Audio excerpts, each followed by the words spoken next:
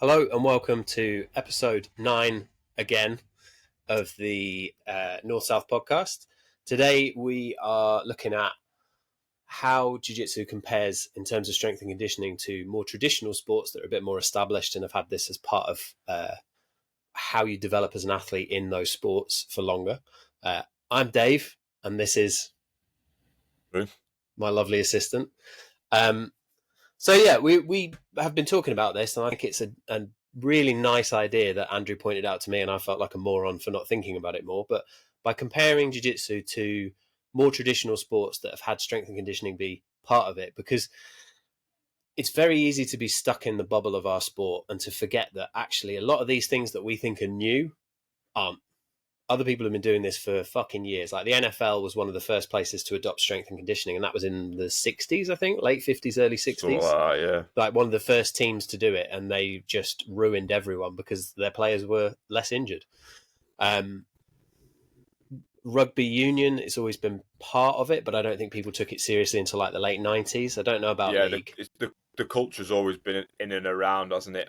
I'm not exactly sure on dates, but obviously, like as strength conditioning obviously isn't a new thing, but the integration, should we say, outside of sort of like strength-based sports has been limited. Obviously, I don't really know enough about like track-based sports and things like that. Like obviously cycling, sprinting, running. There obviously will have always been like formats of additional preparatory training. But what we probably know as from a sort of quote unquote modern strength conditioning approach probably is quite limited, like you said, over the last, I don't know, 50, 60, 70 years probably. Yeah. Especially as like the emergence of the science and technology, especially, well, the technology itself over the last however many years, 10 years is probably significant in itself, but as a general practice in modality in terms of like actually like teams having strength conditioning coaches and strength conditioning facilities, like you said, it probably is around, I don't know, 50, 70 years, 80 years, something like that. And probably in the UK, it being taken seriously. Yeah, probably. It's probably the last 30 years or so, realistically. Yeah, probably. Like, even in our lifetimes, I remember that was a thing not very many people did in like 2005, 2006, when I was really into playing rugby. And now, every fucker wants to be a strength and conditioning coach. Yeah, it was just something you did to get massive, wasn't it? Like, that was the basic format of, I don't know, rugby. I mean, I remember, obviously, again, we were young, I don't know about you, but like, rugby was basically just like, do some benching, some curls, and get a bit of core work, and then you're done, really. Funnily enough, I was front row, so it was just squats and deadlifts. Oh, was it? Funnily enough, my actual introduction to strength training, the thing that got me into strength training as a teenager was there was a player who played for Wigan, a prop forward called Andy Coley, and he had the biggest chest of a man that I've ever seen. He was like he was like a pigeon. Like his upper body was fucking massive. Again, obviously he was a prop forward, so he was a big bloke anyway. And I remember like looking at him and just being like, holy shit, and just like going in and just benching like every session. It's probably why my bench press, well, I basically can't do anything lower body wise nowadays, but my bench press has always outshadowed everything else because I spent fucking 4 years only bench pressing. But, see, I missed that part. I have to remind my coach every so often that all of the stupid shit people do, that's like the baseline, as in work your way up through the rack, just dumbbell pressing everything, like endless curls. Didn't do any of that because I fell into this trap of, oh no, I just need squats, just squats and deadlifts because I'm a prop. I don't need any of this fucking arm bullshit.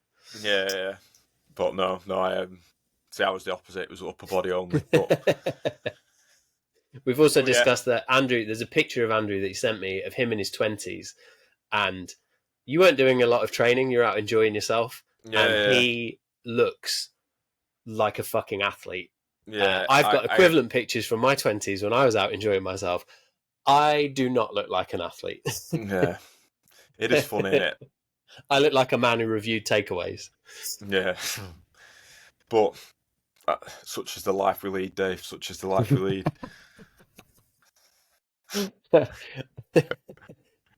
But Oh, yeah, so oh. strength conditioning in sports. Anyway, I fucking lost my train of thought now. I'm just thinking about benching. So you talked about when you messaged me the other night the way in which for a lot of other sports, because we both came from rugby, although Andrew came from scary rugby and I came from wimpy rugby.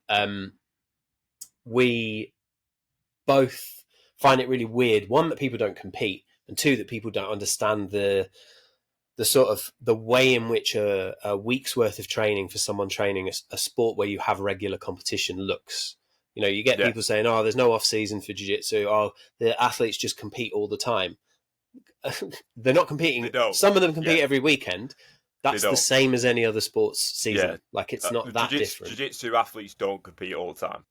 Like, until you've, like, again, this is not us talking about like when you look at like a professional rugby season or a professional football season, or even if you look at American sports, like American sports is even worse. Like Major League Baseball is insane. Yeah, they play like all the time. They play like there's points where it's like 4 games a week every week. Yeah, and there's a couple of things that we can like break down from that in terms of like what the reason is for that and different things, and potentially some insights into why that's the case. But it's like we said, sports generally, all sports outside of jiu-jitsu, outside of combat sports, really, they always have a focal point, don't they? So, like you said, it generally speaking is going to be a match at the weekend. Yeah.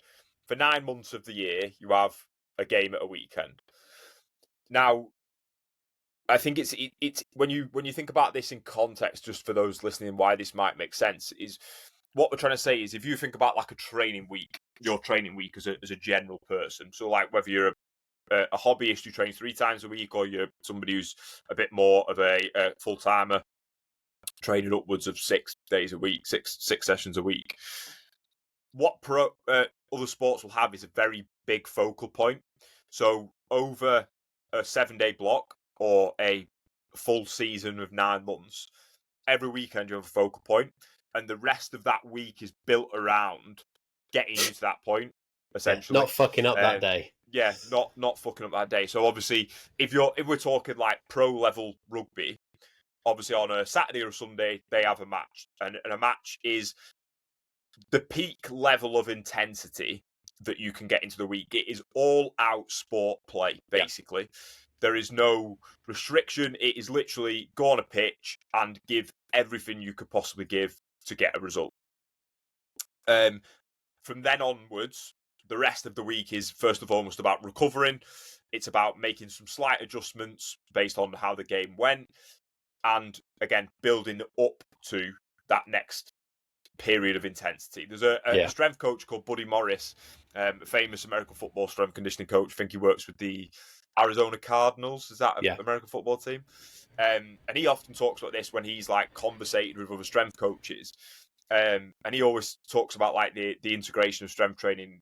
And I think he makes really good points about this. And he's got like topic conversation about like talking with like Louis Simmons in terms of like with powerlifters, you wouldn't say like, oh, you're going to max every week. Every week you're going to like do a comp level max, and that's what most sports have to contend with. Every weekend you have a period of intensity between, obviously depending on the sport, let's call it 60 to 100 minutes, whatever the fucking sport you're playing, of all out intensity. It's to the threshold of what you're physically capable of, both from a skill perspective and a physical perspective. And we don't have that in our sport, really. Obviously, competition occurs. Some people obviously compete more frequently, whether it's twice a month, whether it's 3 times a month. Some people, it might be once, twice a year. But I think there's a lot of things that I think if you're absolutely going out of your way and you're willing to travel anywhere, you probably could make it more like that. Like I've got 1 or 2 clients who have 2 or 3 month blocks where it's like that.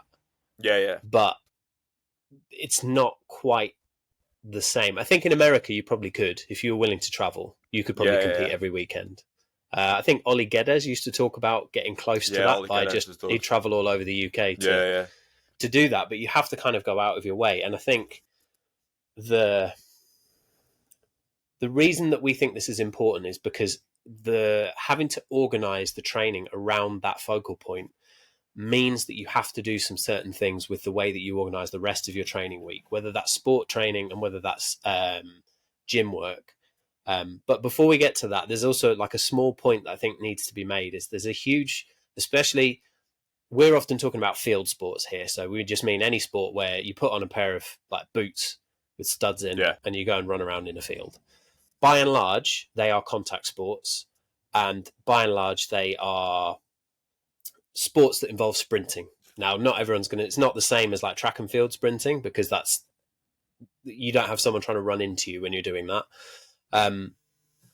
There is a big difference. Oh, Andrew's got a phone call. There's a big difference between the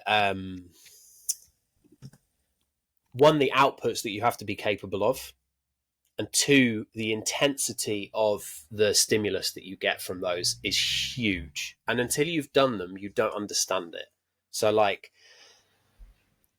having done both at distinctly average levels, I would say that jiu-jitsu personally is a hell of a lot easier to recover from than a rugby match.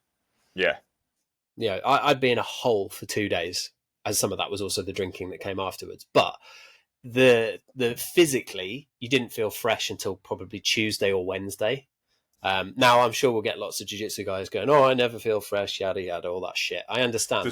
There is a difference, though. Yeah, like it doesn't feel the same. It's not the fucking same. And like, this is not us trying to go like, oh, we're fucking tougher than you. Genuinely, no, I'm not. Post rugby match is like being in a fucking car crash. Yeah. Like, it genuinely feels like you've been in a fucking car crash. Yeah. I can't. And you get to the middle of the season and you think it's going to go away, and it doesn't. Like, and then all that happens in pre-season is you forget what it feels like, and then you have your first game and go, oh, yeah, I feel like shit again. Cool. On a complete other tangent, one of the most impressive things to me from a sports performance is the blokes who play rugby at a weekend and then go on a fucking building site on a Monday morning. That absolutely baffles me. Like, that's something else. Like, that is a different level of fucking hardcore. That is. Yeah.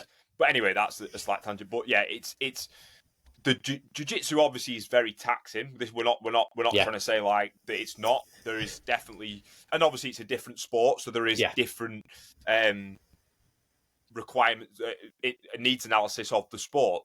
Yeah. The point we're trying to make, I think, is that it changes the significance of how you go about preparing and developing skill and physical capability relative to the needs of the sport. And I think the reason why we're trying to break it down this way is to give you some insight into why certain things might occur and potentially some ways that you could look about changing how you train to potentially get more out of it. I think that's an important thing as well, because we don't have a focal point every week for the majority of people.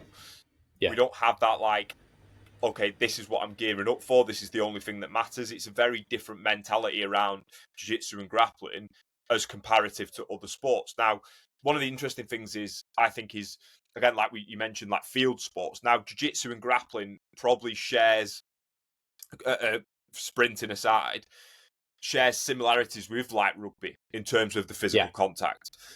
But its competitive season probably falls much more closer to like an athletics based, where they might only have, obviously depending on the level of athletics, but if you're talking like, I don't know, I know fuck all about athletics, but they might only have a meet every 2 weeks, every 3 weeks, every 4 weeks. There might not be like every week they have, obviously depending on the level, but there might not be as significant competition as frequently as like a field sport.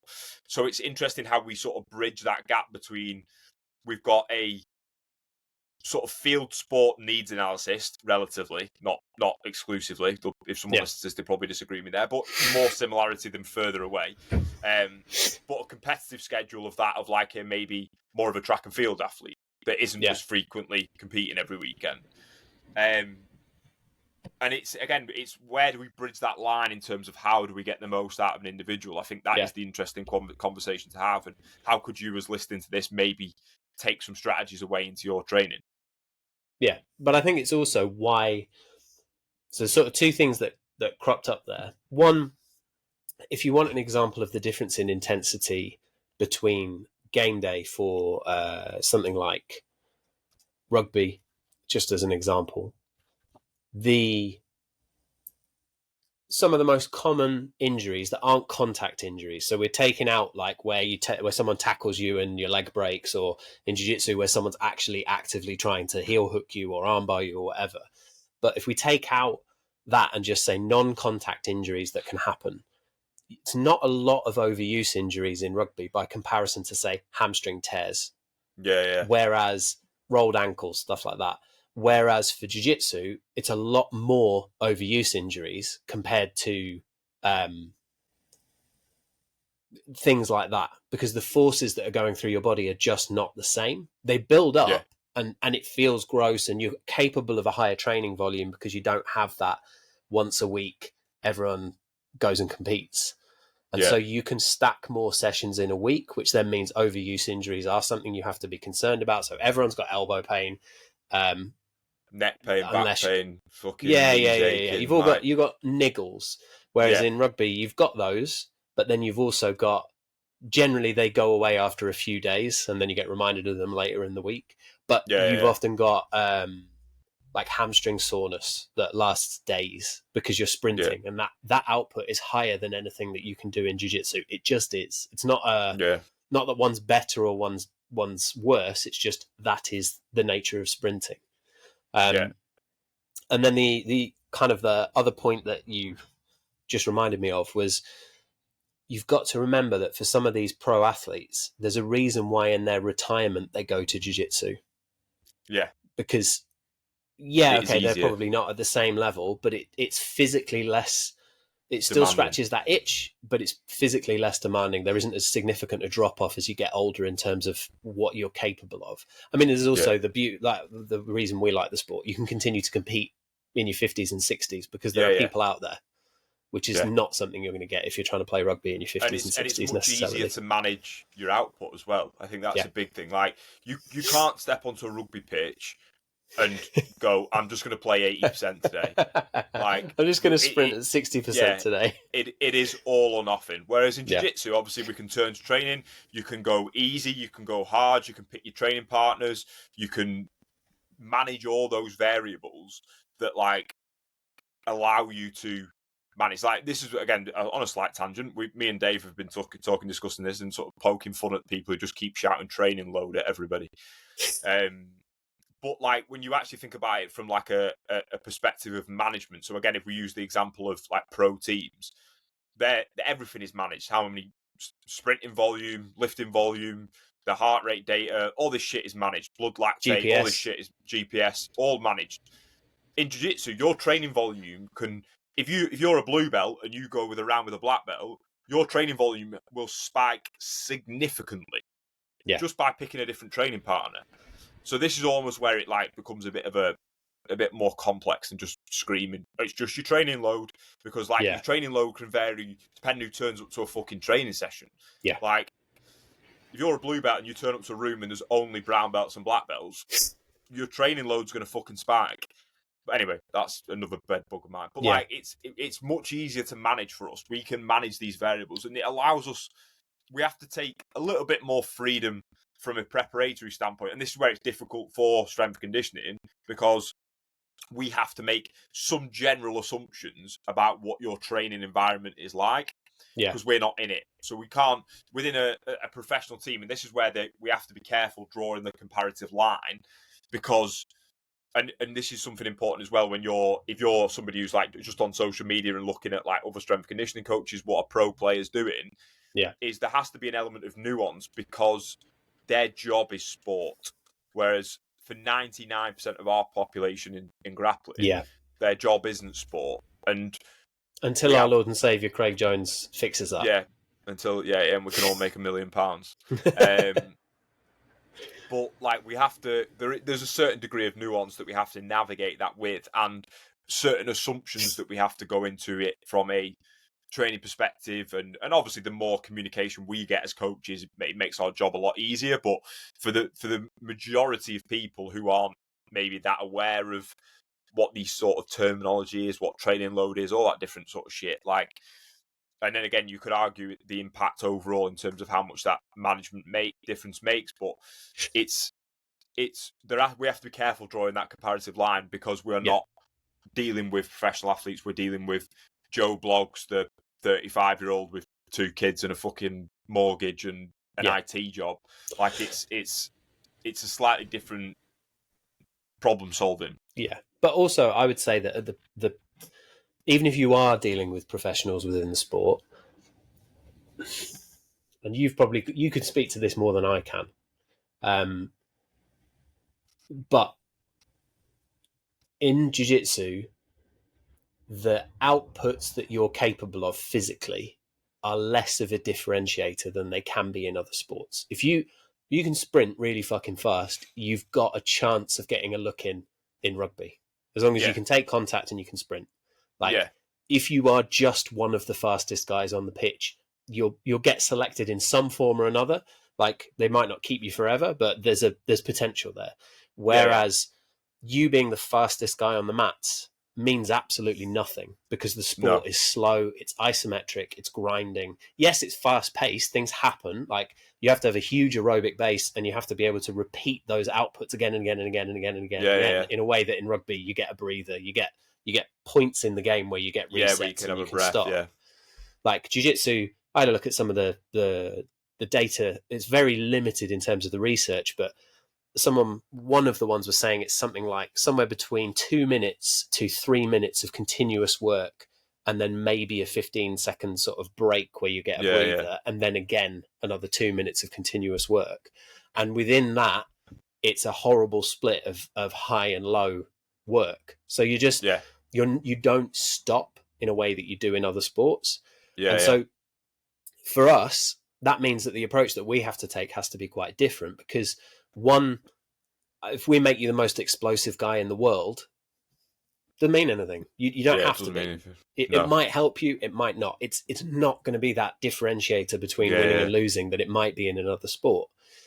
And if, like Andrew just said, if you happen to go to training and it's a different group of people to who you were expecting, and you suddenly have this massive spike in training intensity or training load, our biggest job, I would argue, for jiu-jitsu that we need to take care of before anything else is to make you physically robust. Because if you're able to handle a massive spike in training and you don't get injured, that's perfect. That's exactly what we need. We need you to be able to roll with the punches and continue to train again and again and string those sessions together.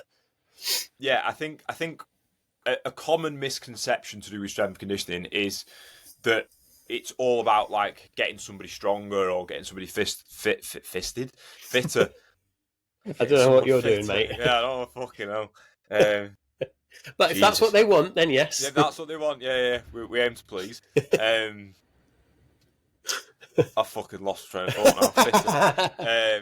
You've got a faraway look in your eyes. Yeah, but I think it's funny enough, a slight tangent, is one of the best pieces of coaching advice I ever received was, if you want to learn how to control a man, put your hand near his arsehole.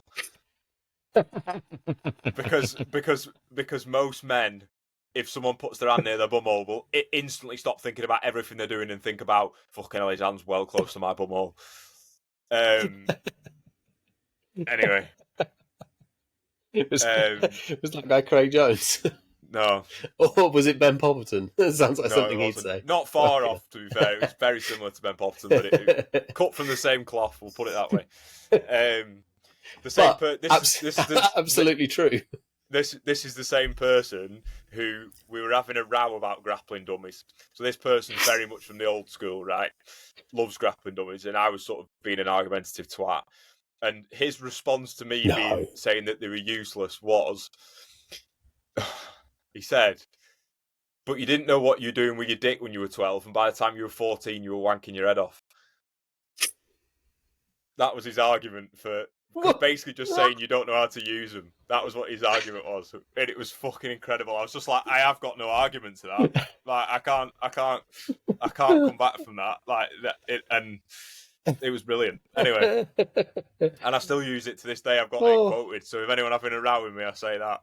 But fucking hell! I mean, it's magnificent. There's no logic there, but there is no. But it's, no you can't comeback, argue is with there? it, though, can you? Because most men will go, yeah, he's got a point, you know. But where were we? I've lost. Oh, that was it. Back to strength conditioning. So generally, what a strength and conditioning coach is a stress manager. That's our job in theory. Most strength conditioning coaches, in some degree, are well educated in the means of managing stress. That's essentially what our job role is. And I think, especially within team sports, I think it was something that I was thinking about in terms of the application to skill and the context for skill is what strength conditioning coaches generally are quite good at is session management, session planning. And that's an important thing. One of the limitations, I think, from a skills perspective is their lack of understanding of stress and demands and training load. You want to use that fucking term, or volume, intensity, frequency, all this different stuff that we as a job look at day to day in terms of managing from an individual. And that's effectively what we're trying to do. Now, when we think about like the context of what that means for you as an individual, if you're listening to this, is obviously stress generally is the thing that forces adaptation. So it's the thing that allows you to get better. It's why recovery is important, because we've had that, to use posh terminology, that disruption of homeostasis internally within the body, whether it's from the nervous system, peripheral nervous system, all that different fucking shit. And that's what stress comes from. That's what training is. We're forcing adaptation. And generally strength conditioning, whatever the sport, is about managing that stress so that we can get the right amount of adaptation, or like you said, we don't get maladaptation that's negative consequence or under recovery to lead to an improvement in some area. Yeah. And I've just thought of another tangent of something that we should have ranted about earlier, but there's a bit of a trend at the minute on social media with strength and conditioning coaches in grappling in talking about what is it, cost to benefit, or cost to cost, like risk to reward. Sorry, that's the one that they like to use for picking specific exercises. And I fundamentally think that, so basically their argument is, if you're talking about risk to reward, then you don't understand load management. I think if you're talking about risk to reward, you've misunderstood. You're using the wrong words. What we actually mean is fatigue to reward, because every single exercise that we do carries, every single thing that we do carries a fatigue cost. A fatigue cost. Exactly. And so what a strength and conditioning coach has to do is sit down and think, which ones of these are worth paying the cost for in terms of what do we get back in return, and which one of these are shitty investments because all we get is a lot of fatigue for very little reward. And sometimes that means exercise selection. Sometimes that means set and rep selection. Sometimes that means session design. Sometimes that means encouraging rest days. It can mean all of these different things. But I think the problem with social media for strength and conditioning is that the whole topic is quite nuanced, and it doesn't allow any space for us to have these nuanced discussions. Because if all you think is risk to reward and you go, well, that's fucking bullshit because you're just making yourself afraid of exercises, fine. But if you're taking someone who has got a limited number of resources and you're not thinking in terms of what is the payoff and how much fatigue do they have to pay in, then you're a fucking idiot, because there's only so many things you can get someone to do. And it's why sometimes when people move to, say they pick a certain thing, like, I'll do CrossFit for jiu-jitsu, or I'll do powerlifting for jiu-jitsu, or whatever, it works until it doesn't, because you eventually get to this stage where the fatigue that you have to recover from in return for the reward that you get, so the robustness that you get, or the strength that you get, or whatever it is that you're looking for from that thing that you've gone to do, stops paying off. Because it's not like it's just you train and you get better and better and better, and the reward, it stays the same along this line, that you get more reward for more fatigue or anything like that. There are certain things where there's fucking loads of fatigue and there is zero reward. Yeah, and I think this is important to say, like a slight caveat onto what you, sort of slight tangent onto what you mentioned is, again, there's this, it's a bit of a cop-out in the strength conditioning industry, in my opinion, because a lot of coaches will go, well, we want to do this, then just go and train your sport. But again, along the similar lines, like, just copping out and going, just go and do 10 5-minute rounds, because that's specific, that's as much of a cop-out for me. Because at some point, they're just, again, same thing. You're just generating fatigue. Like, what you're actually trying to get fucking better at. Yeah. Like, it could just be a case of like, and again, this is a big thing for me, from a skills perspective and how I try and bridge the gap a little bit. But it's like, how are we shaping that environment of the sport? Yeah. The sport is the most important thing. They're not wrong. That's why you'll hear strength conditioning coaches say it, because that's what we want the majority of fatigue to come from, because that's what's going to get us fucking better at the thing that we're trying to do. So we need that. But at the same time, if it's just a case of being like, just go and spar, then you are just generating fatigue. You're not actually fucking getting it better at anything. We need some intention. We need some target. We need some bit more information. And this is something that, again, we'll touch on probably a little bit later on. But like, again, the reason why we use the example of other sports having this very acute period of intensity in the week, and why that's important, because that's the driving force. That's the driving factor. Whereas if you don't compete, that's completely fine, but you don't have that. You need to find intensity in your week, because that's going to fucking drive improvement. And because otherwise you just end up spinning the wheels and just going through 40 rounds of volume of shit, and there's fuck all going on. So it's, and like, I think sometimes, sorry to interrupt you, but I think sometimes when people say that statement, oh, it's just time on the mats, oh, it's just experience, you can't shortcut experience. Yes, true. But they also have to remember that there are people out there who have just as much time on the mats as them, and they're fucking rubbish. And it's because they're just repeating the same things again and again and again. We all know a training partner whose game hasn't changed in like 5 years. Yeah. And that's because there's no intention there. Like turning up and just going, I'm just going to learn what coach teaches today. That's not good enough. It's not going to make you better. Your coach cannot possibly design every single session around, and especially unless they're taking an approach like we've talked about, where it's a little bit more open and it puts a little bit more back onto you. But your coach cannot design something that is perfectly for you as an individual without you taking any personal responsibility whatsoever. Like even if it's purely just limb length, like I got long arms, I like Darcy's, I like Anacondas. If you've got short stubby arms, that's probably a waste of fucking time, because realistically you're going to really struggle to lock those up. As a stupid example of somewhere where if you spent 8 years trying to become the best possible at that, or like limb length, if you're a short guy for your division and you try and become the best leg locker in the world, you might struggle a bit, especially if guys have got longer legs than you and they are very good leg lockers, because you're at a disadvantage initially, because it's harder for you to get into that position than it is for someone with... I'm sure it's more complicated than that, but that's the point, is you have to be thinking about why you are doing things. Like, that's what the best athletes in the world do without knowing that they're doing it. Because they approach every session with intention. There's a really interesting factor to consider is, obviously we talk at length about like constraints and environmental constraints, but if you look at like traditional sports, that game day, that center of attention, that focal point of doing the thing that they want to do, that provides them with that resource of information, feedback, because the driving factor is to win that game. So everything that they do, or you'd hope so, is based around, right, what can I do in order to make my chances of winning that game higher? How can I play my part for the team better? How can I play my position better? I've got coming up against this opponent. What does he do? How can I manage him defensively, offensively, whatever it is? So you've got this like key defining moment of like, I'm working towards this point.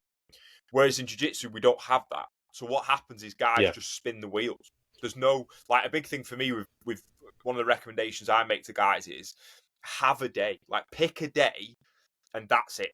Whether it's, again, Thursday night, fucking Saturday morning, whatever your day is. Open mats generally work better because you're going to get a bit of volume and you're going to get that intensity.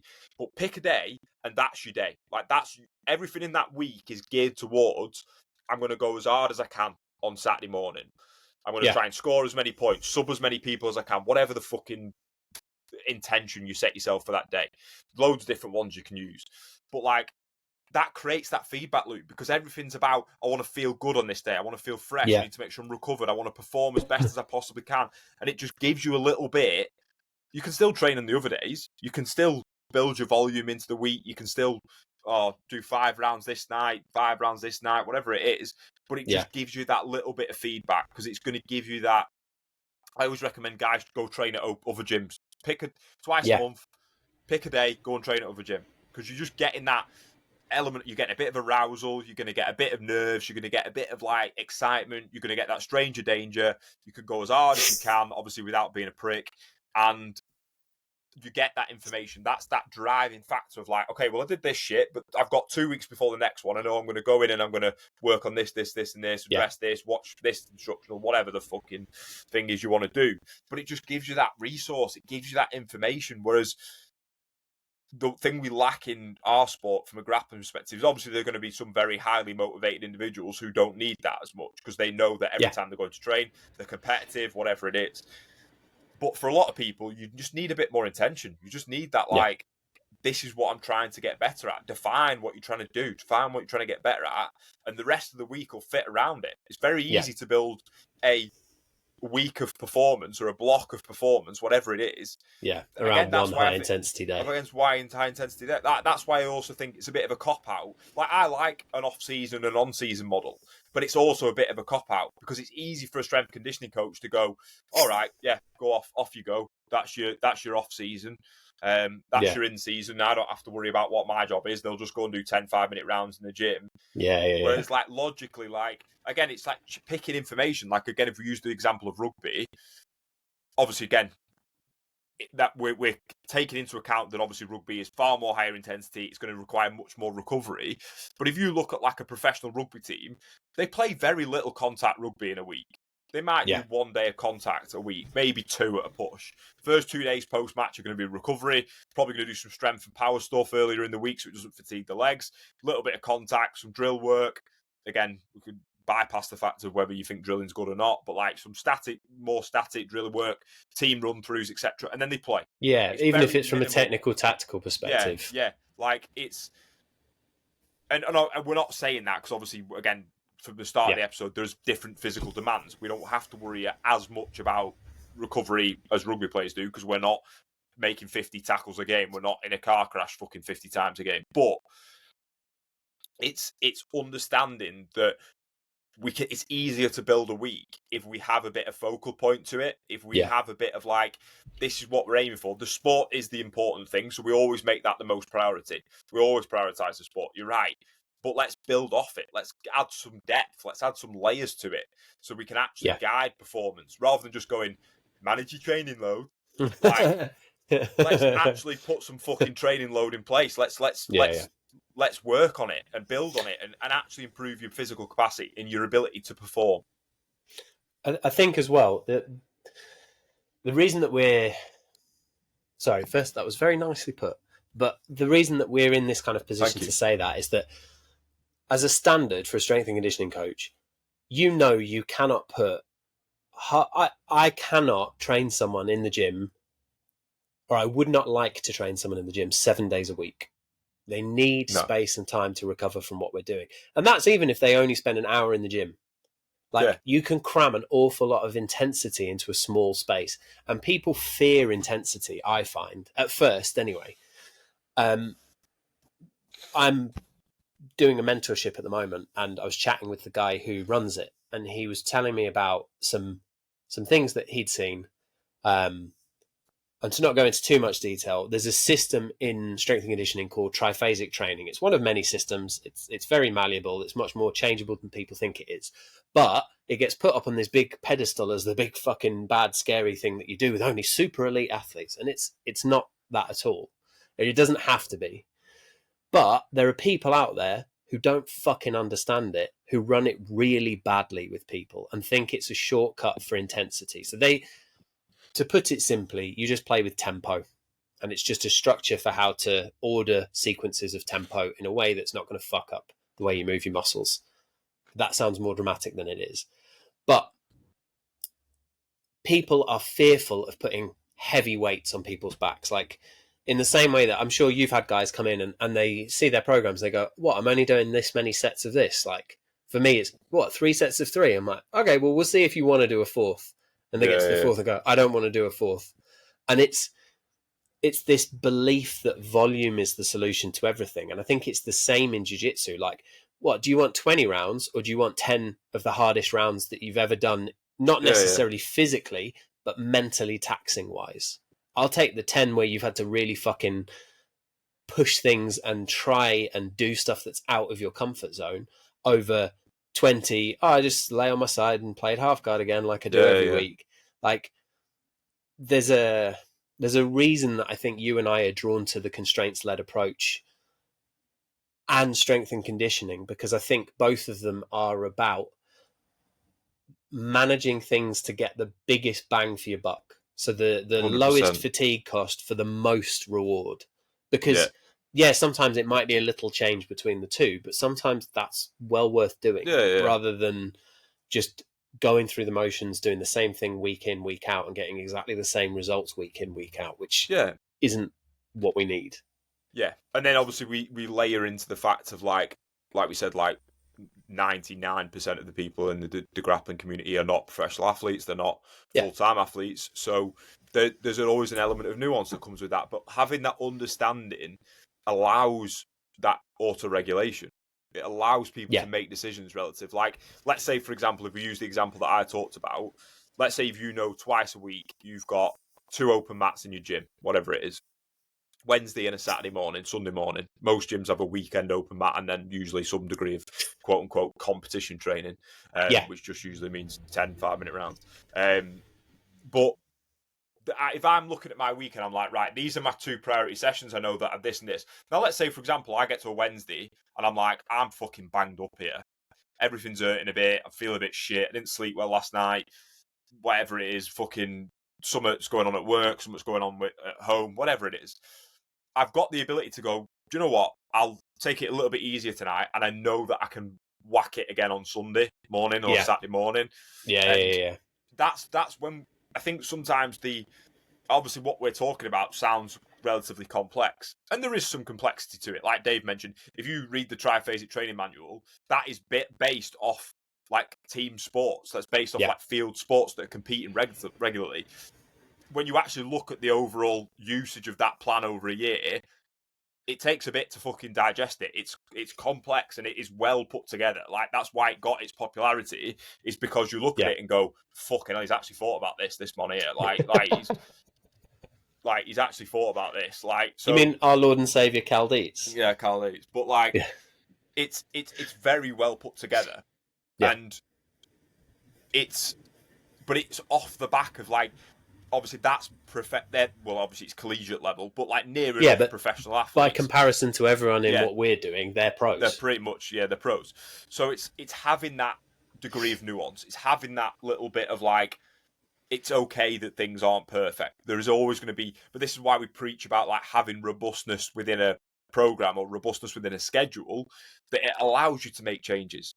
Yeah. It allows you to go, do you know what, I can change this. I can switch my days up. I know I've got volume at the weekend, or I know I can accumulate a bit more work here, or I can drive intensity into this. And this is where, for me, it's about, again, this idea of like smarter training. Like you said, it's like, where am I getting the stimulus? Where am I getting my value from? I'm not just turning up and spinning the wheels. And sometimes, do you know what? Sometimes there's a time for that. Sometimes there is a time where like you turn up to the gym and you're like, I cannot be fucking arsed thinking about anything. And I'm just going to go in and roll, because that's the thing that I want to do and the thing I'm going to enjoy. Yeah. But if we just do that all the time, all it is, we're just not going anywhere. So it's having that understanding, and it's having a little bit of self-compassion and understanding that you're not a professional athlete. There is some nuance here. If you like to do a little bit of a chest pump at the end of the workout, that's fine. Like, it's fine. But it's just navigate, to use Dave's quote, and you can send me a tenner for this. It's navigating the grey area. Yes. It's having that understanding. The in-joke there is that I ran a course for strength and conditioning coaches that was called Navigating the Grey Area. Because essentially, that's what we're doing. Everyone thinks all of these things are black and white, and they're fucking not. Like, there are things that are so... Like we said in the previous strength and conditioning episode, there are things that are so dumb you wouldn't do them. There are absolutely wrong answers to this question. But when it comes to the right answers, it's often a case of what is more or less appropriate for the person that's in front of you than it is a case of, here is the one true answer that everyone should use and everyone else is dumb. We're not knees over toes guys here. We've actually got qualifications and understanding rather than Scientology now, I think. Was I think so, previously a Mormon. Yeah. Rather than it being about marketing and how people look, it's sort of deep thought and actually trying to apply this to the person that's in front of you rather than who you think it should be and how you think they should do things. Yeah, I agree. But yeah, it's interesting to see because I think it also ties into some of the stuff that used to be much more of a problem in MMA. I think it still is at certain levels, but people used to do, I train hard every day. I hate to break it to anyone who tells themselves that lie. If you train at what you think is 100% every single day, you're actually training at 60% because it's physically impossible to train at 100% every single day. You just can't sustain it. You can't. You're not recovering enough. Like the output isn't there. It's Again, it's this. I mean, people won't understand this without not that either of us are experts in sprinting either, because we don't really deal with sports that involve sprinting. But it's this idea of nor was I very good at it. No. I mean, I was relatively quick actually. I wasn't.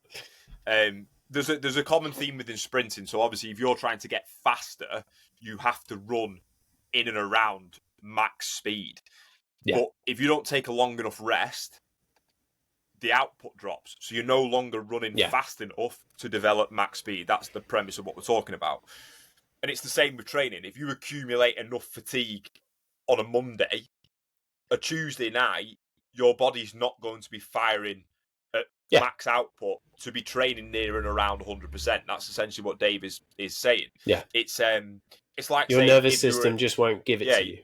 Yeah, you're just not going to be able to do it. So that's where this and like you said, it is getting better. There's no longer this like just absolute raw output, because guys are starting to understand that I have to manipulate intensity and volume and frequency and this sort of shit to actually get the most output from it. Yeah. Again, you'd think like when you look at sprinting, you'd think, oh, I'll go and do 10, 100 meters. Whereas the reality is a lot of like sprint training is 3 times 20 meters at max output. Yeah. Like it's very short and it's very intense. And that's essentially what we're trying to replicate is that idea of, can we find some intensity? Can we find some volume? And can we manipulate our outputs? Like that's the key. We're trying to manipulate those things. Again, it's like if we use constraint from a skill perspective, yes, we can develop a load of experience by doing 10 5 open rounds, but could we get a lot more exposure doing 3 4-minute rounds from the back? Whatever. I don't fucking know. Picking some low-hanging fruit, essentially. Something that you know is a problem for you. Yeah. Can we get more adaptation, quote unquote, from specifying and actually intentfully training? That's I think what Dave was trying to say is like like it's like the 3x10. 3x10 is perfectly fine. It's more than sufficient. It'll get stronger, build muscle, but is it as good as 3x3 for building top end strength? Probably not.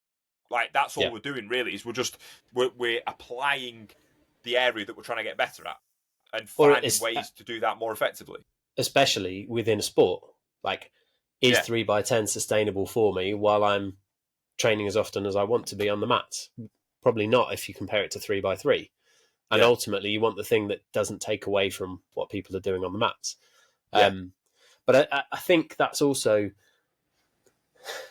It's where these two concepts dovetail really nicely of sort of skill acquisition and how to use a constraints-led approach, and lifting is in that idea of intent.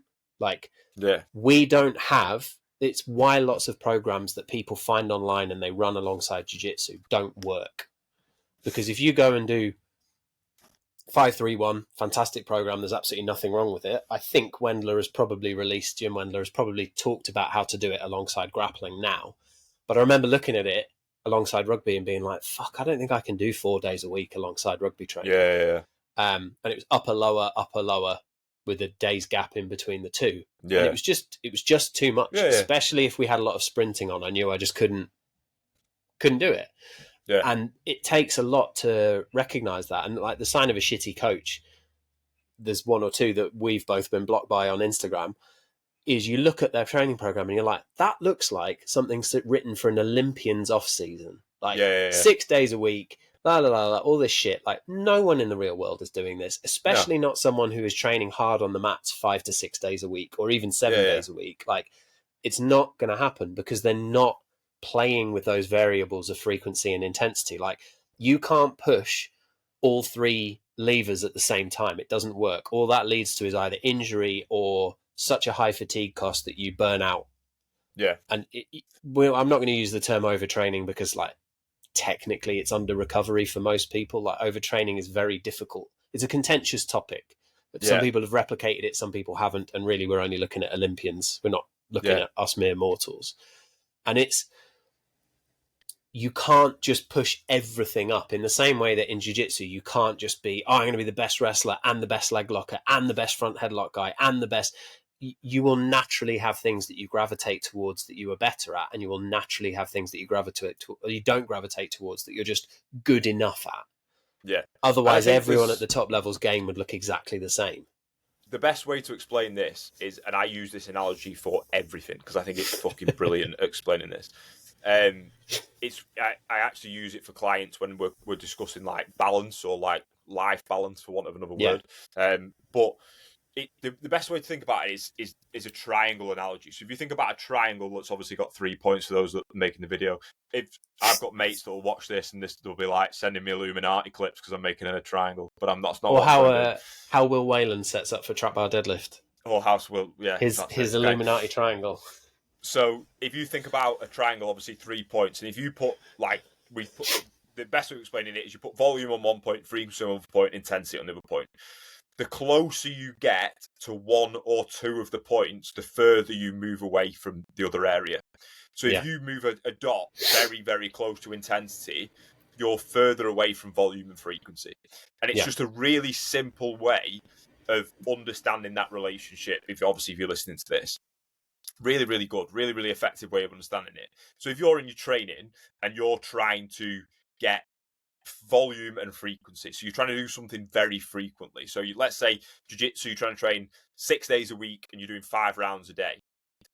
You're not going to be able to sustain intensity because the volume and frequency is going to require so much of you to recover that, again, you can't reproduce a higher output. Yeah. Same for intensity and frequency. If you're doing intense, like max intensity, i.e. sprinting, for example, you probably only be able to do 1 or 2 reps because you can't fit the volume in, because you just can't recover from them all. And this is it works really well for like life balance. Again, this is why I like it, because you could put like work, family, training. The closer you get towards 2, the other thing is going to suffer. And it's just a really good way of conceptualizing this idea of like management, essentially. But it's something to think about within your training, like Dave mentioned, in terms of like lifting. If you're wanting to do more, I don't know, quote unquote hypertrophy work, so you need a bit more volume, a bit more close to failure, probably a bit more frequency, intensity is going to suffer. If you want to get stronger, you need intensity, something else is going to suffer. Like, and it's just a really simple way of conceptualizing this. But I think it's effective because it helps decision making, again, because it's understanding the context and, to use that term, the cost of the things that you're trying to do. Yeah. And it's going to come, everything comes at the cost. That doesn't mean you can't focus on other things. But there's a cost to things, like Dave said. That cost just dictates what's physically possible. So there was I don't know if you saw it on Twitter. I don't go on very often, but I saw it reposted by Will and a couple of other coaches as well, of I think it was a high school strength and conditioning coach. In America, you can be a high school strength and conditioning coach. Some of them are qualified, some of them are amazing. Unfortunately, in many cases, they are people with absolutely no qualifications, just figuring it out as they go. And they shared something where it was, you were going to do 3 sets of 6 reps on, I can't remember if it was like I don't think it was an Olympic lift. I think it was some kind of squat or deadlift, or it might have been a power clean. But you were going to do 3 sets of 6 with 90%. Fucking hell. Yeah, it's not possible. If you can get 3 sets of 6, so again, talking about if you can hit the volume, then that is not the intensity that you think it is. If you can hit that intensity, if you used actually 90% of your 1 rep max, you're not getting 6 reps. It's not happening. And if you did, then your intensity was wrong. The two just cannot both go up at the same time. I think something important, sorry, I thought of this earlier and I forgot to mention it. People get a bit confused when we talk about intensity. So what we as strength coaches mean by intensity is the level of physical demand that this puts on the body in terms of how it has to adapt. So, for example, very intense exercise will have a bigger demand on your central nervous system. So sprinting is the highest intensity thing that you can do. And I mean sprinting for less than 10 seconds at the fastest possible speed you can manage, and you need to rest 3 to 5 minutes in between it. It's not the same as perceived exertion, which is what I generally think most people think intensity is. Something can feel intense or difficult and not be an intense exercise in terms of the recovery costs. So the classic is, oh, we do circuit training until I'm sick. Okay, cool. That's fine, but that's exertion.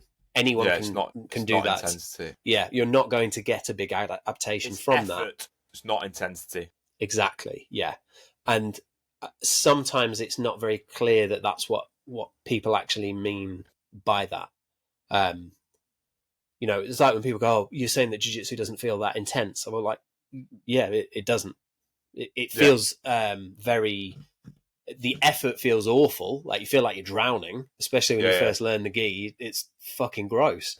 But it's a very, very different type of gross to trying to tackle someone that you're running down in the 89th, in the 78th minute of the game where you've just got nothing left to give. And I think you've made a really good point there. And I want to come back to what I was talking about before in terms of finding intensity in your week relative to your sport. I think it's important to define that. Dave's made a really good point, and he is completely correct in the fact that intensity and effort are not the same. When we talk about finding intensity in your week, what we mean is that idea of it's unreleased sport. That's what we mean. It's no holds bar, go and have a fucking go sport. Yeah. That's what we're talking about. It's because that's what we want. We are trying to get better at the sport. And like we said, if you play rugby, there is no effort management. It's I have to make this tackle or they score, or I have to catch this ball or we lose, whatever it is. And that's what we want to cultivate. They're not managing intensity in a rugby match. The intensity is managed. The task. I don't want to run too fast. I might be tired later in the game. The task dictates the output. That's always been known. This is the thing with constraints and skill as well. Is task will impact demand. So what we have to do from a skills perspective is cultivate a task that requires the most amount of effort out of you, because we know jiu-jitsu is not the most intense game. It's not weightlifting. You're not doing 1 rep cleans as heavy and as hard as you can. There is a volume component to grappling because that is the sport. So when we talk about finding intensity, what we mean probably should use find effort really, but it's all we want you to focus on is a day of unconstricted sport practice. So it's max effort sports practice. That's probably a better terminology that we should use. As opposed to intensity, because like Dave said, but again, this is where it does get a little bit complex. But it's just a big enough stimulus that you have to recover from it, essentially. That you probably wouldn't want to do this. Basically, if you wake up the next morning and go, thank fuck I don't have to do that again today. It's probably right. Because I don't think either of us has ever woken up on the Sunday morning after a rugby match and gone, oh, fucking can't wait to do that again today. You probably don't like the sport until about Tuesday. It's the sort of, and again, this is difficult, the sort of stress, as a sort of grappling session, gi is worse than no gi, I think. Gi is far more physically demanding than no gi. And any of you no-gi knobheads, you can fuck off. Because it is. There's no two pains about it. No-gi is hard, but physically demanding, I'm talking about. I'm not necessarily talking about technical demand. I'm not talking about conditioning. The impact it has on your body, if you want to use that terminology. Gi breaks you down. is far more physically Even if demanding. it's just your hands. Yeah, like it comes at a higher physical cost. I'm not saying that's a bad thing. I'm just saying it is what it is. Like, Yeah. and I like no gi. I'm not dissing no gi, but gi is harder. It's the kind of session that when you get up the next day, if the thought of somebody touching you makes you want to cry, like I can't comprehend somebody touching me. That's what we're sort of talking about. And again, people might be like, well, that's not smart training, that's not there. And it's like, but we're trying to play a sport and we're trying to get better at sport. And we have to do things that make us a little bit, not to sound all fucking David Goggins, but we have to do things that force difficulty, that force uncomfortability. That's how we're going to get better. Yes, we want to manage fatigue. Yes, we want to make sure we're recovering. Doing these types of sessions comes with the conditional of, it's probably going to take me 24, 48 hours to actually recover from this session. If I've pushed hard enough, that's what it is. Because I've gone at my sport, the thing that I want to get better at, as hard as I possibly can. Yeah. And I've managed it. I've taken my rest. I've made sure I've recovered. I've eaten my food, hydrated, all that different shit. But I'm actually trying to get better. I'm not just going in and spinning the wheels. And there's time for that. We can talk about, again, we've probably not got time to talk about like how you can create more of a plan relative to long term in terms of like, maybe it's an off season, in season model. Maybe it is a more concurrent model, whatever it is. Like, well, I think what we're trying to just for the vast majority of people listening to this, you're going to have a job, you're going to have other things that you worry about, whether it's a partner, whether it's a mortgage, kids, like whatever life stage you are at, you've got other stresses in your life that you have to worry about. And so for most people, especially considering most gyms don't have training on every single night. Now, if we're lucky, they do, but not all of them do. A higher and lower model, I wouldn't say it's a true high-low model. Like people bum off the high-low model that was created by Charlie Francis for sprint training. And it is an exceptionally good model. Yeah, fantastic but I way of breaking it down. Charlie Francis would laugh at all of those people because he would say that those high days aren't high days. Yeah, they're not high. Because they're high for our sport. Yeah. And our sport isn't sprinting, so it's not high. And that's an important definition to make, isn't it? It's high relative to the person. Yes. Yeah. There are categories that we can use that's like strength training, like I said, sprinting, whatever it is. Although we've already joked about how we probably wouldn't recommend sprinting for grappling, but that's the category. That's the category that it falls in.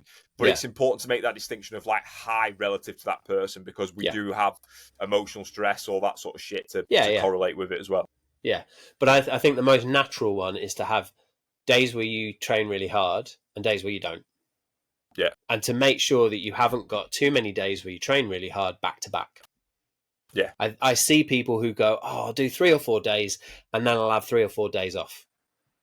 It's doable, but you have to have the right, it's going to sound silly, whether it's genetic, whether it's past training volume, whatever, you have to have a predisposition to be able to do that. I do a little bit of something like that because I have no choice, because those are the constraints that I have in terms of my life and where I can train and where I can't train.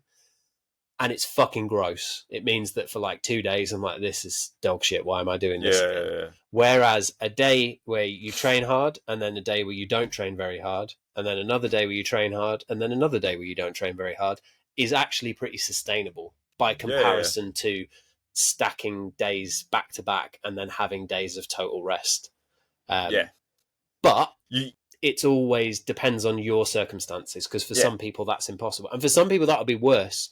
You know, like people talk about a true high-low approach is that you put all of the hardest stimuli in together so that the next day can be as minimal as possible. Yeah. And I don't know about you, but I've never seen an MMA fighter who ever liked the idea of doing a very heavy lifting session and then doing competition sparring. No.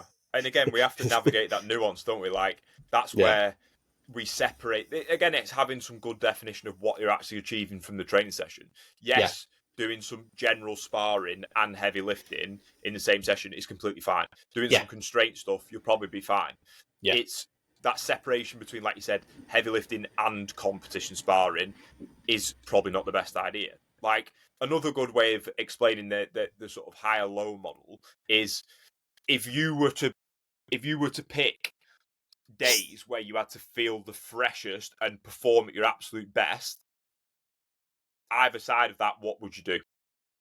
Yeah. Because one day you're going to need to recover and one day you're going to need to, quote unquote, prepare.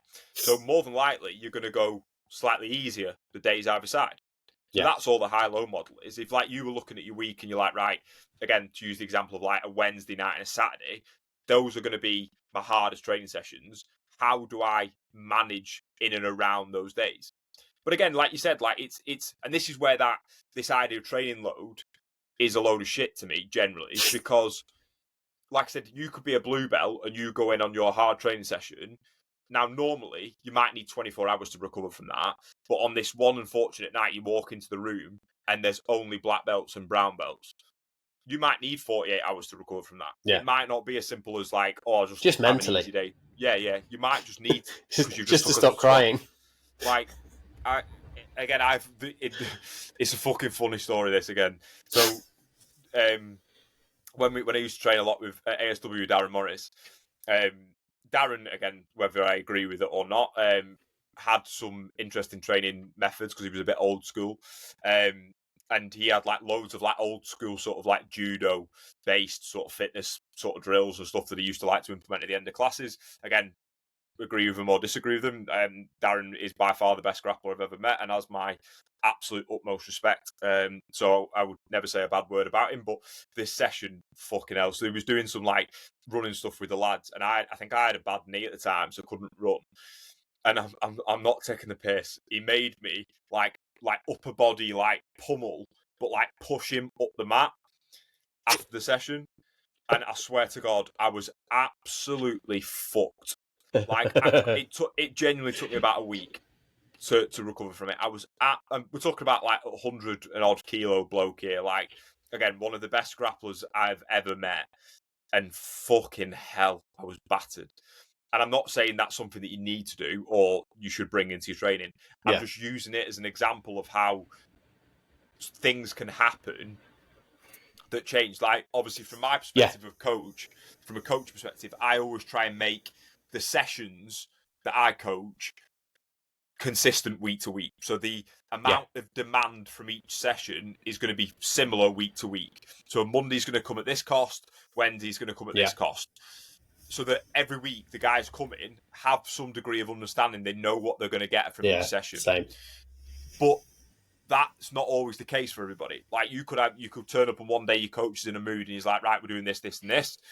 And there's nothing you can't put your hand up as a blue belt, or it's difficult. I mean, I would because I'm an argumentative twat. But Jimmy the blue belt is probably not going to put his hand up and go, "Excuse me, Mr. Black Belt, I don't necessarily agree with what we're doing." He's going to probably just get on with it. So there's always going to be factors that we can't control. Somebody they don't have the confidence to go, do you know what? I'm cutting it halfway. I'm knackered. I'm just going to cut it because I know it's going to come at the cost of recovery. It's difficult for people to do that. I understand that. And that's the way of the world. Not everyone's Kit Dale. No, not everyone's got the ability to just go... If we're playing North-South Bingo, we've got to get him in somehow. Yeah. So, like, it is difficult. And this is where we navigate that area of, like, we have to be careful to go back to the original point of, like, comparing pro sport and amateur sport. Because, like we said, in pro sport, everything is monitored. Everything. So it's like if you've got a player who's, I don't know, they're doing sprints and his velocity or his distance or his speed meters per second drops, they just go, right, call it, go and recover. Whereas in jiu-jitsu, and everyone else will carry on with the session. And everyone else will carry on. Whereas in jiu-jitsu, we don't have that. We don't have somebody monitoring.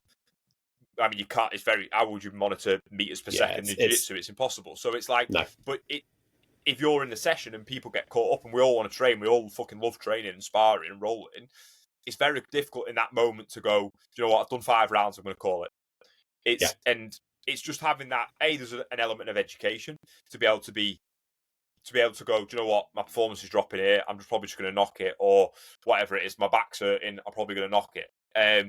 I'd say my rule of thumb as I've got older is when someone says, should we just do one more? I'm like, no. Yeah, it is a very good analogy to just be like, yeah, I'm just going to call it there. Like that. Because also, from talking to other people who, friend of the show, Chris Meir, he's talked about that before, where he said that all the times he's ever picked up stupid injuries were from that I'll just do a little bit. Just do a little bit more. I'll just do one more round. We'll just drill this after. Yeah. And again, that's decision making, and again, this is a big thing for me in the context of sport performance, especially in grappling, is we can make things as complicated as we want, but essentially we just have to make better decisions. It is like I made a joke with one of my clients that hurt his MCL, and he sent me the footage of it, and basically he was just ragging his leg out of somewhere that he shouldn't have been ragging his leg out of, and I made the comment of like, one of the things we have to consider is better decision making and not trying to rag your leg out of it. And he went, I'd like to consider it as my opponent grabbed my leg. And I was like, yeah, you'd be interested to see how many MCLs I've seen tear from opponents grabbing hold of your leg. Like, it is, a lot of the time, it is just making better decisions and not, like you said, not forcing things. And all that's the topic for simply, for another day. Like, I guess some of it is, again, because I don't know all that much about leg locking. I'm new to it, but one of my clients runs the Monday session that I go to, and I'll give him a shout out actually because he got his black belt. Well done, Josh. But he was talking about escaping from backside 50-50, and he said that depending on how tightly you're hugging their ankle as the guy who's taken them into backside 50-50, they can either backstep and there's no risk, or if it's tightly hugged and at the right angle, if they backstep, they blow their own knee out. And that's, if you're not lucky enough to have someone explain that to you, that's something you learn the hard way from trying to force something. And that's the weird thing about our sport. I always say to clients when we're doing like return to play protocols, so maybe after a knee injury, and they're starting to do a little bit of sparring again, and they want to do a little bit, but it's sort of a case of like, okay, we want you to use your leg because we need to build that confidence up, but we also just still have to be careful. Yeah. And I always just say, please remember that you at any point you can just stop. Like we have this mad thing in jiu-jitsu where it's you can just stop. Like, no, class finishes at 1:30. You carry on. Yeah, you can. And again, like acutely or globally, like if you're in a bad position and you're worried, just tap. Just say, "Hey mate, I'm just a bit worried about where my position is." Like I would say, like if you're in a submission, a really good, again, if you've got knee injuries, if you're coming towards your return to play protocol, is you say to your opponent, "You've got me. Do you mind if I just work out of there?" And it's a really good way of building a little bit of tolerance back in without the resistance. Again, it is a bit of drilling, and we know we're generally against drilling, but for injuries, they're fantastic. Drilling is actually a really good resource to use post-injury. But I think that's important though. It's something that I use a lot more than I used to, is tapping early, and people go, "Oh, why did you?" And I was like, "My knee felt weird." Or I go, "I don't know what I'm doing from there." Yeah. And because what's the fucking point? Why fuck around and find out in a position where you think, maybe if this was a comp, I'd probably take this risk, but I want to pick my kids up tomorrow. And again, that comes with experience, like you said, like whether I was lucky or not, whether you want to use that terminology, but I tore my ACL at a relatively young age, so had a real insight into like, oh, hang on a minute, I need to make sure my knees are looked after here because I don't want to go through that shit again.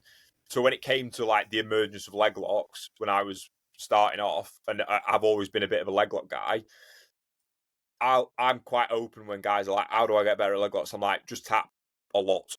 Yeah. A lot. Just keep tapping and keep tapping. And even if you're in a competition, I would say like I've tapped to shit in comps that I probably tapped early, but I'm happy with that, knowing like, it's frustrating, it is a bit shit, but sometimes it is a case of like, I just don't want it. I'd rather tap and lose a match than spend 12 months off the mat with an ACL injury. Like it is, it's not the end of the world. Like, well, I think, isn't that a point that, for example, our Lord and Saviour, John Danaher, I'm sure he said that once about competition. He's like, is it the biggest competition of your life? Then no, then then just tap. Don't wait to see what happened. Don't be Vinny Magalhaes with no fucking leg left to walk on because you go, no, I'm well hard. Like, fucking hell, Christ. Like, it is difficult, and like it's a very cliche thing to say about jiu-jitsu, but it's actually something that it gets missed a lot. Like we talk about this again, to use the thing that we've talked about a few times, this managed training load. Just make better decisions. Like you said, like, stop being a fucking idiot. Like, that's a really good way to guarantee to not get injured, is stop being a fucking idiot. Like, just make smart decisions. And it is a cliche, but it's a cliche for a reason, because it's important.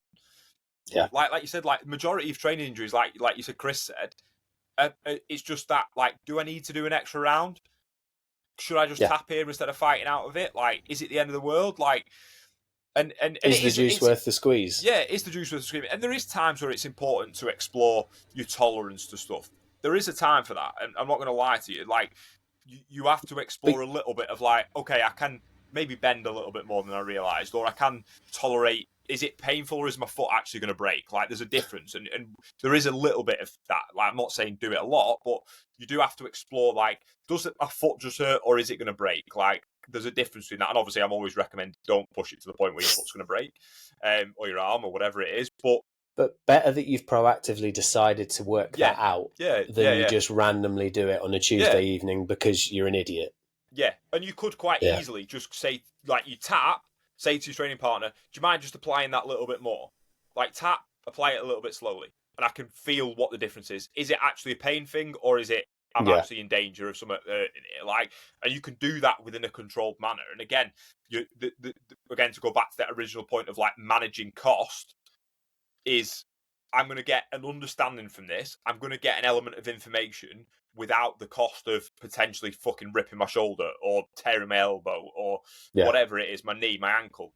And that's the complexity of training is, I think there's a lot of, like I said, in other sports, they don't have to worry about it as much, because the thing that they're doing is unconsequential, meaning if you're a rugby player, your only job is to run head first into a tackle. If something happens, you're not worried about that. Because they're not generally trying to manipulate your joints to do you damage. Things happen more often than not accidentally. Whereas in grappling and jiu-jitsu, we're actually trying to cause damage. We're manipulating joints to cause breaking, put someone unconscious, to do damage.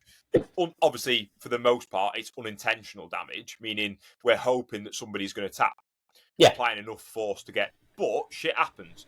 Can we navigate that a little bit more to build tolerance? Again, manage training load, make better decisions, to just go, do you know what? You've got it.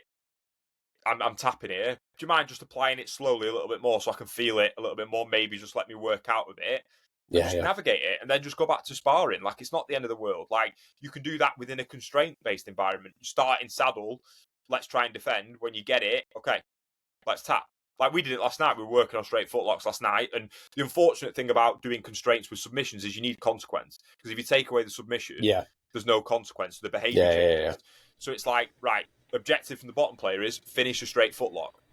Guys on top, I don't want you to be negative about tapping. I want you to tap, because that's what's going to give you the information. So obviously try and escape, try and explore, try and navigate your defensive areas, but tap. But also tap learn where to... But that's a skill as well. Like, I remember Lachlan Giles talking about this, about someone tapping far too late to a heel hook. And the problem there is that you don't have very good pain receptors across your LCL and your MCL. And you especially don't have very good pain receptors when it comes to the torque, the twisting action. And so, the torsion, sorry. What you get is people go, oh, this isn't that bad. And then it happens and they go, holy shit, what the fuck is wrong with you? And it's like, you have to learn that for those specific submissions, they don't work the same way as almost all the others, where you get a nice big warning that something bad is going to happen and then you tap. They're almost a separate area that you've got to learn. And so being the person who taps is good, because you learn where is I'm really in like squeaky bum time territory here, because this is not okay, because you won't get the pain receptors telling you that information until it is too late. Like, if it really hurts, you've probably damaged that quite badly. And so but to sort of segue again, this is where our job is important, is again in physical robustness, because if you're going to play jiu-jitsu long enough, you are going to get injured. There are no two ways about it. You can't do this sport and not pick up injuries. Like, to think that is fucking naive. And it really irritates me when people make that assumption, because no one comes into rugby assuming that they'll never get hurt. Like, it's part and parcel. It'll happen at some point. Something will feel shitty. You'll get over it. On you go. And for some reason in jiu-jitsu, there's this sort of subsect of people that think that they can avoid it by, I don't know, I'll find the right fucking ice baths or twirling a kettlebell around or whatever, CBD gummies or whatever they've decided that means that they're going to be impossible to hurt. And it's not the case. And add on top of that, on top of all of the overuse injuries, we're actually actively trying to manipulate and damage each other's joints. You need to be doing something that increases the physical capacity of those joints so that when someone does try and cause some damage, like we've got a physio who works with Get Strong Roll More, and he talks about all injury and pain in some aspect is you have exceeded your capacity. Yeah. That's the mechanism that all of this operates of, is your capacity is here, and for whatever reason the thing that you want to do is above that. Now that could be nerve damage, that could be you're doing more than you used to, that could be that you're sleeping very poorly, so actually your capacity's dropped, that could be that you suddenly spiked doing something brand new that you weren't doing before. And the only thing that you can really do to build capacity is sensible strength and conditioning, and that's what's going to mean that sensible progressive overload from but I do think that actually we need to say that it's from strength and conditioning, because otherwise that's the group of professionals who've properly thought about how to overload in a way that continues to work and also continues to provide adaptation in a way that go on.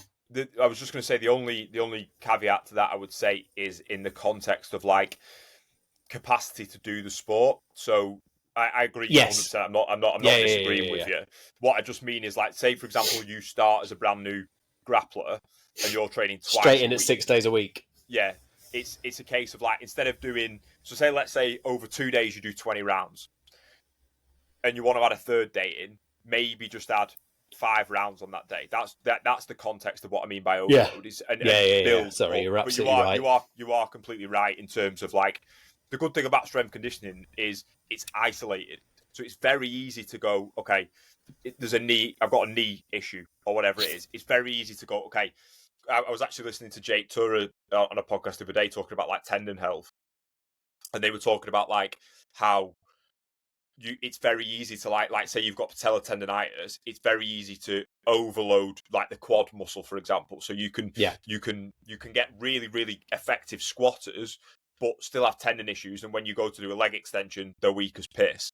Yeah. So it's like, but strength conditioning works in a really good way because it's isolated. So it's easy to go, right, we can isolate this quad or whatever and overload it from that perspective. Obviously, strength conditioning, you can look at it globally or acutely. So we can go, a back squat is a really good global overloading exercise because everything's fucking recruited. Hips, knees, glutes, lower back, core, upper body, all that shit. Arms, especially if there's enough load on it.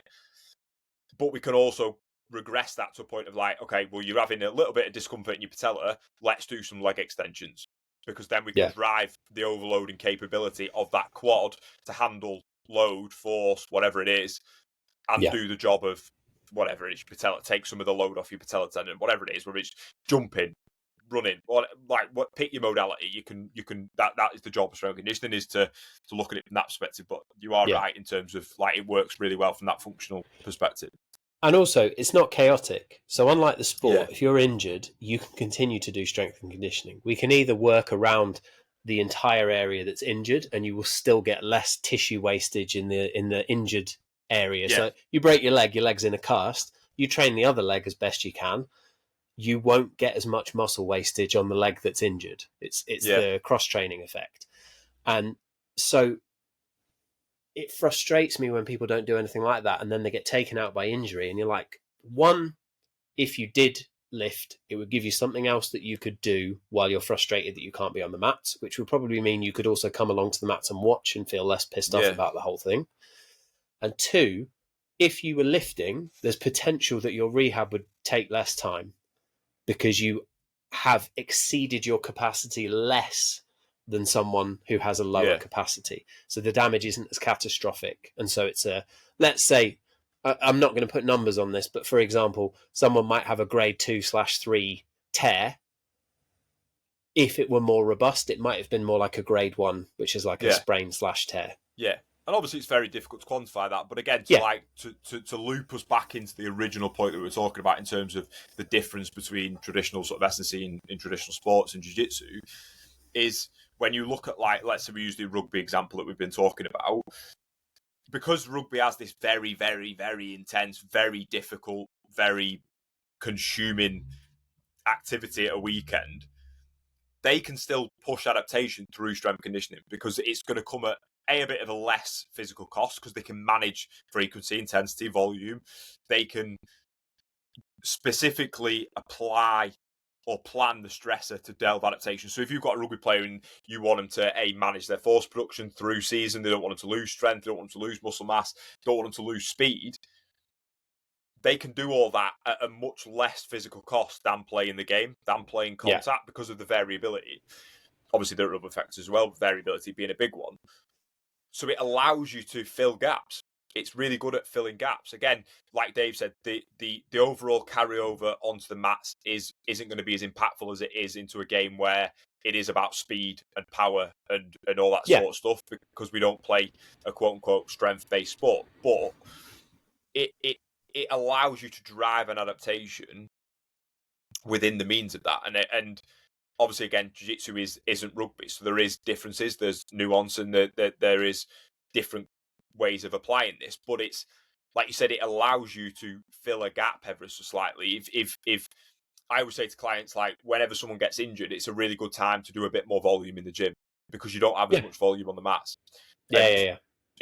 Or it allows you to do more conditioning work, energy system development, or whatever it is, because you're not consumed by the stressor of, I need to be on the mats 5 days a week, or whatever it is, or you're not managing the fatigue coming off the back of the mats. And that's where there is a bit of nuance. It's very, obviously, we try and avoid speaking very black and white about these sort of topics because there is a lot of nuance to it, and it is very much a case of it depends. But I think that's a good way of, like, summarizing the episode is that it allows you more freedom to do these things, and it may not necessarily come at the cost of performance. It might not necessarily mean that you can be more explosive, but that doesn't necessarily mean that you're getting better at grappling. But if it allows you to train and handle more work and be more effective from a output perspective, and you can handle more load, you can handle more force and external resistance and all that sort of shit, there's less of a cost. There's less of a cost in terms of the management of fatigue. If you're capable of handling more, if you can handle 80%, and that session, one person can handle 80% of an arbitrary figure and one person can handle 60% of an arbitrary figure, the session that's 70% is going to be less demanding for the 80% person than it is for the 60% person. It's a very shit general example, but that's sort of figuratively how it has the potential to impact you long term. Get strong, roll more. Yeah, but that's literally the reason why I called it that, because the purpose of this strength training is to mean that you don't have to take as many sessions off. One, because they're not as physically demanding, so you're capable of going to more of them if that's what you wanted to do, or you're capable of increasing your output within them if that's what you want to do, or do more rounds, or whatever metric you want to use. But it also means that if you are stronger, you are more likely to be physically robust and therefore less likely to get injured as often, or more likely to be able to rehab those injuries more quickly, or have a more successful rehabilitation process than someone who's done absolutely nothing. And I think that sums it up nicely. Sorry. I was just going to make a slight tangent to finish, and that's something that we've not really talked about. But again, this idea of, like, comparing other sports to jiu-jitsu is a thing that people forget. Is when you're watching rugby, football, or whatever at the best top level, or guys that are playing at a top level, they've probably got 15, 20 years of sport, whether it's specified for that sport or generalism in terms of playing loads of sports as a youth. They've got a massive bank of experience and capacity that's built up. Whereas in jiu-jitsu, guys start and you haven't got 10, 15 years of experience banked up. And it's almost that case of, like, I always say to clients who potentially want to do a little bit of running, I always say, if you think you're going slow, go slower and just build time on your legs, but do it at a manageable pace. And it takes a long time to accumulate that. And that's difficult because we've all been that person that's like, we all enjoy this thing. We want to do as much of it as we can. Yeah. But sometimes having that little bit of a forefront of a thought of being like, okay, I've done 4 sessions this week. Do I need to do 5? No, I probably can wait and do next week. It's probably going to help me. I'll be a bit more motivated. I'll be looking forward to training, whatever it is. There's nothing wrong with doing less as long as you're applying yourself in the right manner. And having a bit of forefront probably will help you long term with injuries, probably help you with like skill, because you're a bit more motivated. You're looking forward to training. There's all that sort of motivational, sort of internal psychological monologue that's going on. But there's also the ability that you're actually recovering, you're actually adapting to the stresses, which long term will mean that you can do it for longer at a better standard. Yeah. Or like, just to end it, Mike Godango's point when he talks about training full stop is it should be slow cooking, because you can't unburn a cake. Once it's burned, it's burned. And the same way that once you've exceeded your capacity, whether it's running, whether it's jiu-jitsu, nothing can be done about that. The classic one for runners is shins. What do I do when I had shin splints? Well, but get in a fucking time machine and tell yourself to slow it down. There's nothing we can do now other than wait.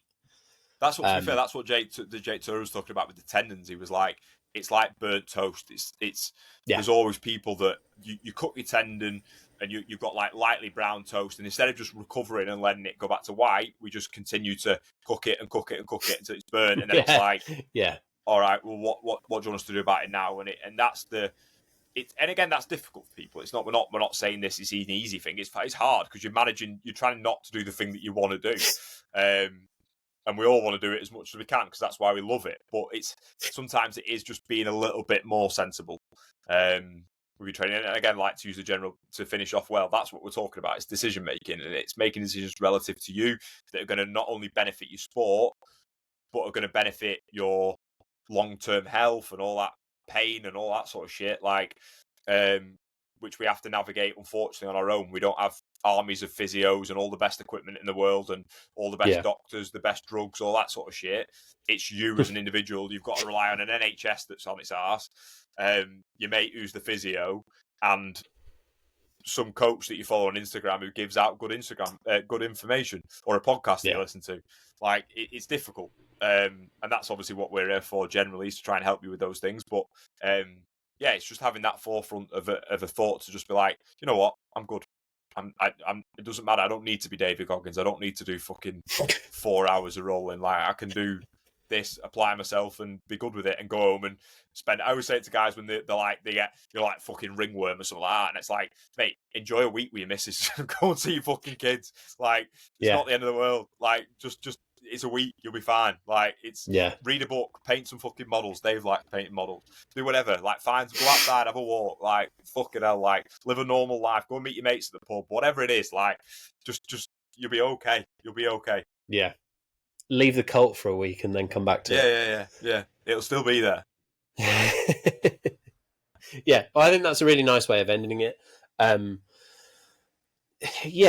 Like we said, it's about decent decision making, and it's about being cautious. More than anything else, I think, actually, be very cautious about what you see online that makes things sound black and white. Yes, there are definitely wrong answers. Yeah. But apart from that, there are, like we've talked about, there's a lot of people talking about, the body just adapts. Well, listen to Jake Tura talk about tendons. It doesn't fucking adapt. Tendons don't like that shit. Now, in jiu-jitsu, we're fortunate that we don't need to do a lot of jumping. We don't necessarily do a lot of tendon. You know, if you're playing basketball, you've got to be a bit more cautious because your tendons won't like that kind of thing. Yeah. Go on, sorry. I was just going to say, come talk to me about fucking back pain. Yeah. Well, Andrew was telling me in the week, he saw someone put up a picture of some guy scrummaging, and he was like, this shows you how resilient the spine is. Like, sorry, mate, have you ever fucking been in a scrum? It feels like dog shit. You've got someone behind you trying to push your own arse through your face, and someone in front of you trying to push your own your own face through your arse. It is horrific. Nothing about it is fun. You do it because you're too shit at rugby to get picked for any other position. I should know.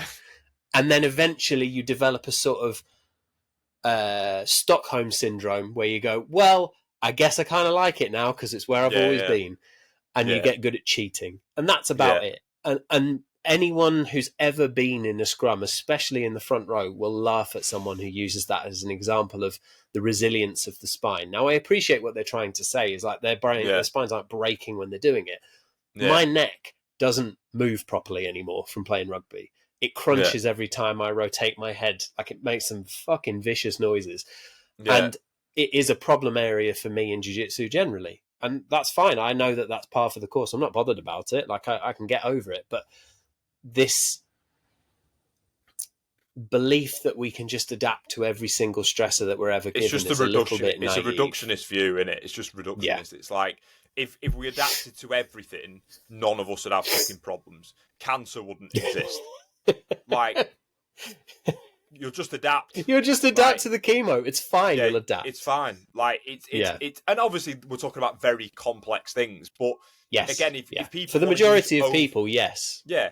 But if you want to use overly reductionist viewpoints to justify an argument, then we can also use overly complex arguments to justify the opposite. Like, that's unfortunately the way it works, and it is contextual, and it does depend, and it is incredibly complex.